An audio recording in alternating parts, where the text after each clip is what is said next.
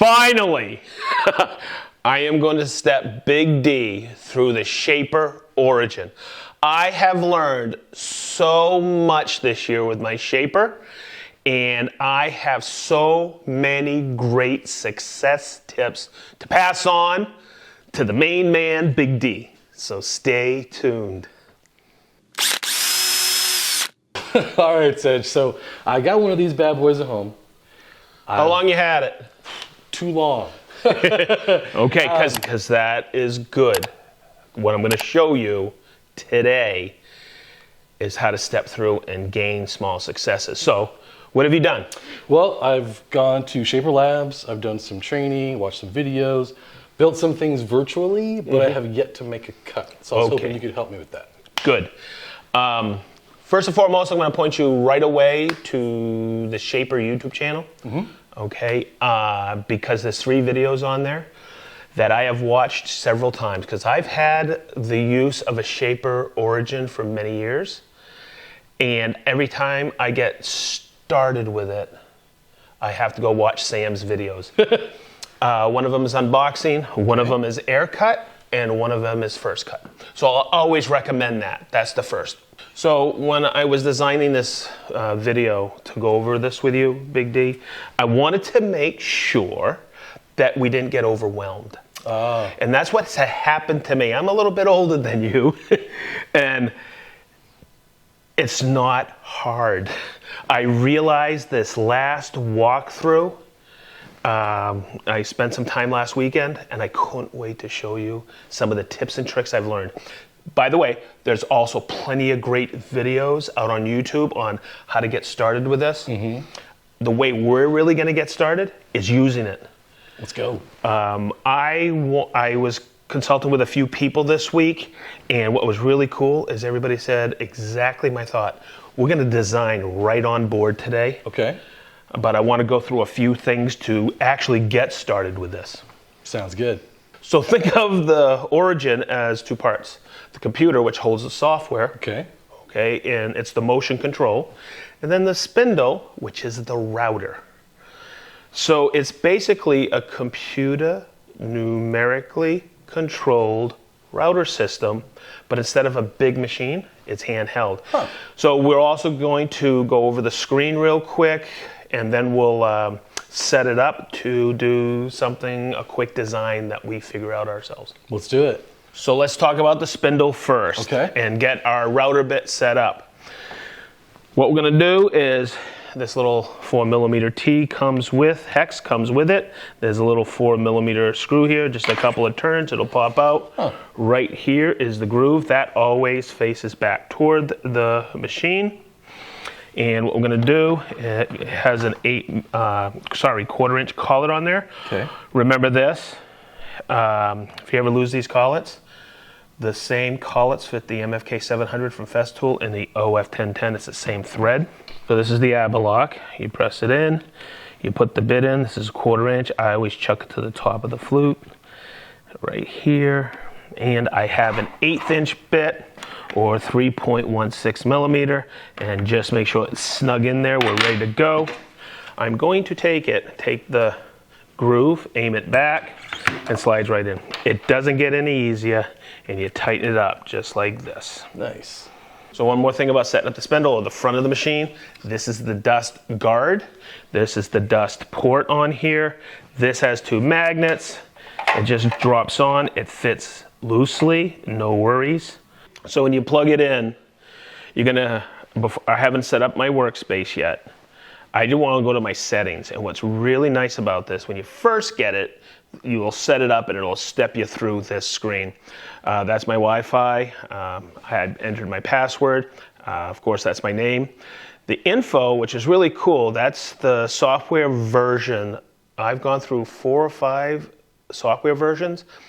It'll ask you to update it. It's no worries. A couple extensions. There's one they want me to try for free. I may do that, but here's the most important part. This is because I want my brain to work with this computer. I can do inches or millimeters, and I work in millimeters. So that's just the first screen that you'll encounter. It'll step you through wicked easy if you haven't set it up. So I think so far that's pretty easy. I have probably forgotten a lot of things, but that's okay. I wanted to make sure we set up our computer properly. Okay. All right. And I wanted to make sure we had the right bit and our spindle, our router. Okay. Now what we're going to do, and there's a lot more I'm going to show you on that screen when we design on the fly. Okay. We're going to set up our workspace, and we're going to use our tape. Okay. And this was, for me, a little confusing. You can't make a mistake with this. Okay. All right. So you know how before we run a router or before we make a cut, we usually do a test piece. We call it, when you're dovetailing a drawer, we call it a burn box. Always practice, practice, practice. And guess what? This is what we're going to do. All right. We are here to make mistakes, but we won't, because the machine will do it for us. So what I'm getting at is this is a sacrificial board. What we're going to do is we're going to put some double stick tape on here, because the pieces we cut out of this, which is basically our burn box or our practice piece, okay, won't shift as we cut them out. Gotcha. Okay. The pieces we're going to cut out are going to be right in here. Okay. So what we'll do is we'll just put some double stick tape on here so we don't get any shifting.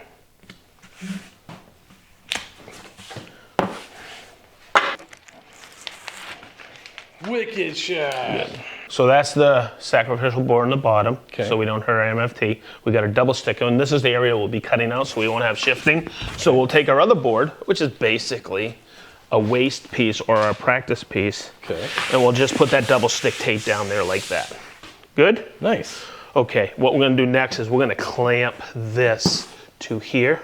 Okay. So I'll have you go over there and anchor it right here to the table, Big D. Good. Go. So on the origin, the camera's right here. So we'll call this north of the camera. We want to put this tape out. Okay. And what'll happen is I don't want to say there's no rhyme or reason, but it will see these full domino patterns. So I usually break it like this. I usually put 2, 3, 4 strips. Depends how much practice we want. Just like this, about 3, 4 inches. I mean, you can even put a slight angle to it like this if you want. Okay. What this will do will let the camera and the computer gain its space. It's called the work area. What's really cool is the second you laid the tape down, this immediately spotted it and is ready to go down. Yep. That's awesome. Okay, so we have it, and it's going to start seeing that. I just want to put my hand in there so you can see it. See, it says no tape found because I'm blocking the camera. I have other workspaces in here, okay? I have one where I was cutting polygons and everything, but I'm not going to use one of those. I'm going to go back to new scan, and you're going to see something.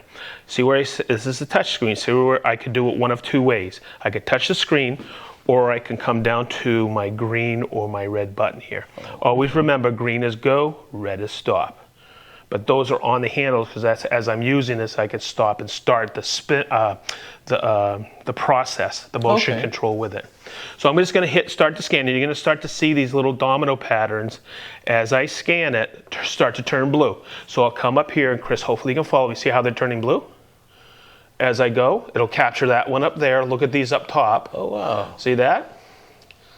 It's doing it for you. And it's creating all those little layers. And once you have all of them, okay, you're going to see here, and Chris, you got the screen in there?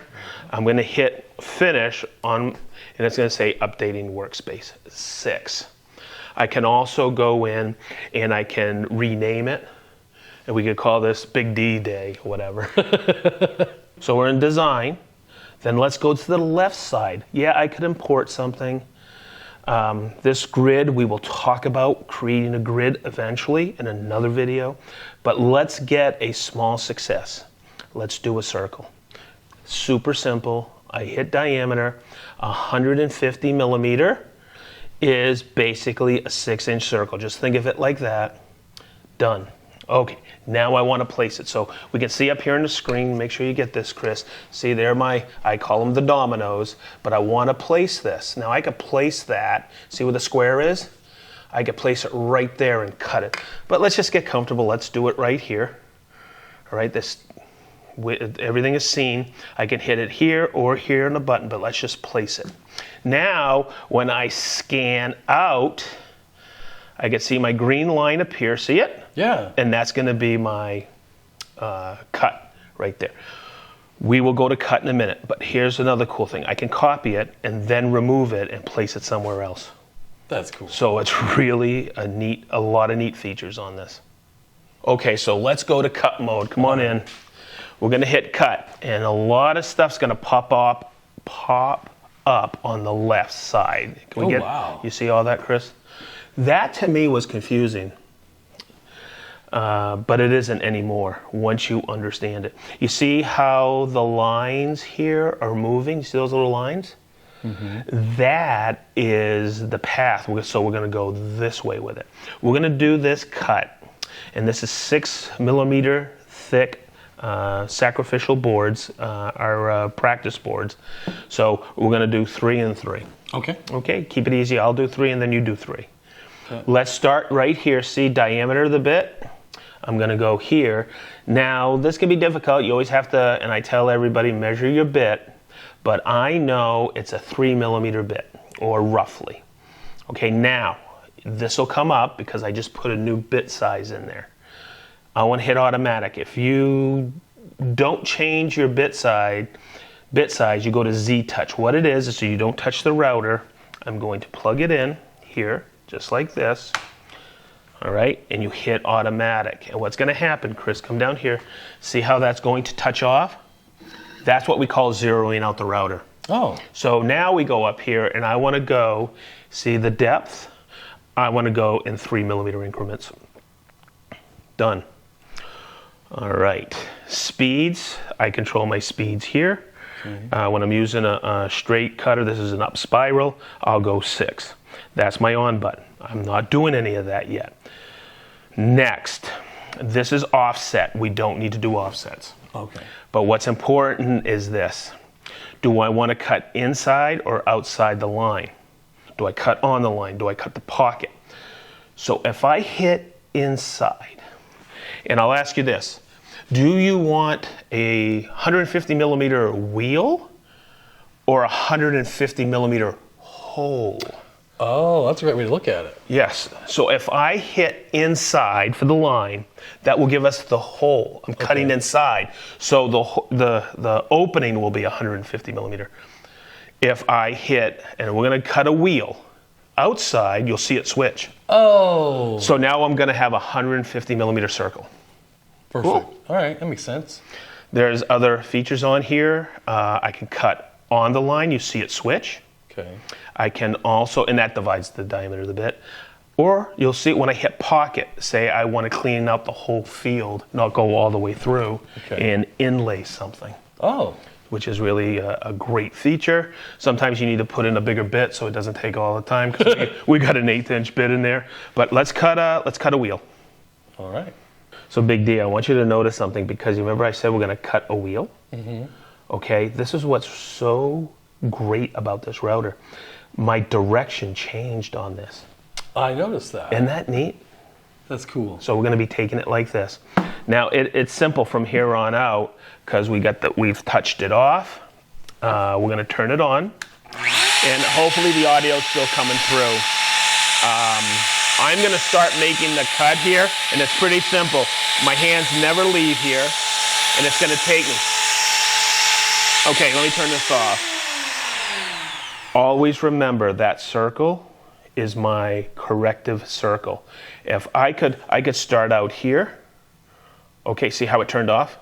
That would actually pull the spindle automatically as I'm doing this. Oh. Okay. I will also see automatic. So if I when I start it and hold it down, if I need to turn a corner, it'll automatically turn it. If I hold it, it'll continue to the outside of the corrective, and you'll see an arrow corrective circle. Oh, okay. So what I'm going to do is I'm just going to turn it on.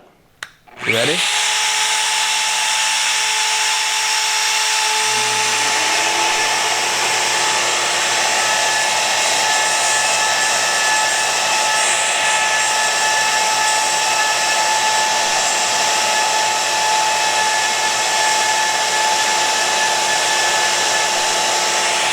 see where it says auto? If I go like this, see how it takes me to the outside? Cool. Oh. I got my abort cut because what happened was I got too close to or outside of it. And what happens is I just bring it back in here like this. I start it up again and restart. Turn on the vac.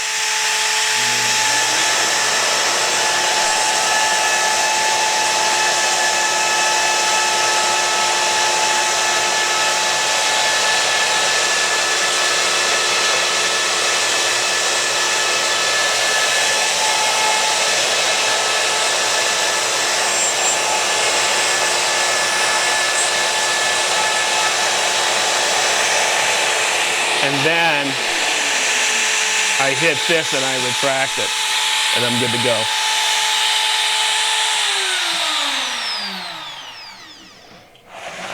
Six-inch circle. Go ahead, turn the dust extraction on. And what I like to do is just get that out there. We did a 3mm cut. And this is just particle board. I am not going to do offset lines on this. I will go in when we start doing inlays. I'll videos on inlays, but I just want to show you. We'll just double check over here. I'll take it across, and we have an exact 150mm diameter circle. Nice. Let's cut it out. All right. You're up. It's your pass. Okay. So you can see how easy that is. Now, we're on our second pass. Okay. What we're going to do is we're going to have you set what? 6mm depth. Yes, so go ahead and do that. Okay. It's the top one. And hit hit 6. And done. Done. Awesome. All right, you ready? I didn't forget anything? No, you're on. All right. I'll man the dust extractor. Give me shit.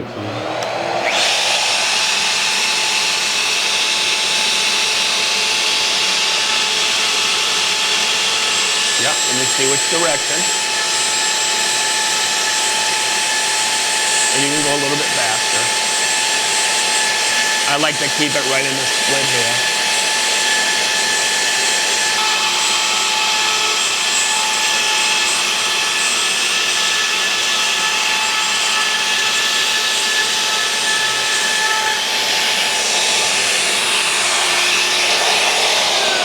Well, you're done?